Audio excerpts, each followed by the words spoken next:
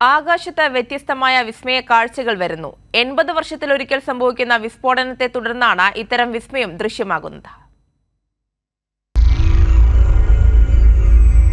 80 വർഷങ്ങളുടെ ഇടവേളകളിൽ മാത്രം സംഭവിക്കുന്ന അത്യപൂർവമായ ബഹിരാകാശ വിസ്ഫോടനത്തിന്റെ ഫലമാണിത്.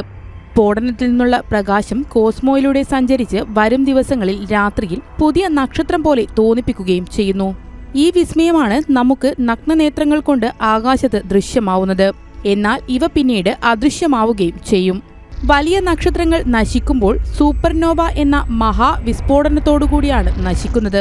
ആ വിസ്ഫോടനത്തിന് ശേഷം അതിന്റെ കോർ ഭാഗങ്ങളായിരിക്കും അവശേഷിക്കുന്നത്. ഈ കോർ ഭാഗങ്ങൾ അതിശക്തമായ സമ്മർദ്ദം കാരണം പൊട്ടിത്തെറിക്കുകയും അതിന്റെ ഭാഗങ്ങൾ നക്ഷത്രങ്ങളെ വിസ്മരിക്കും വിധമാവുകയും ജ്വലിക്കുകയും ചെയ്യുന്നു. എന്നാൽ ഇവ നക്ഷത്രങ്ങളല്ല. ഈ വിസ്മയമാണ് 80 വർഷങ്ങൾക്ക് ശേഷം സംഭവിക്കുന്നത്. ഈ നക്ഷത്രത്തിളക്കം വരും ദിവസങ്ങളിൽ പലപ്പോഴായി നമുക്ക് രാത്രികളിൽ ആകാശത്ത് കാണാനും സാധിക്കും. 1866 ജ്യോതിശാസ്ത്രജ്ഞനായ ജോൺ ബക്കിംഗ്ഹാമാണ് ആദ്യമായി ഈ അത്ഭുത പ്രതിഭാസം കണ്ടുപിടിക്കുന്നത്. പിന്നീട് 1946 ഈ പ്രതിഭാസം വീണ്ടും പ്രത്യക്ഷപ്പെട്ടു. ഇപ്പോൾ മൂന്നാമത്തെ തവണയാണ് സ്ഫോടനം ആകാശത്ത് പ്രത്യക്ഷപ്പെടുന്നത്. News desk, Kairali news.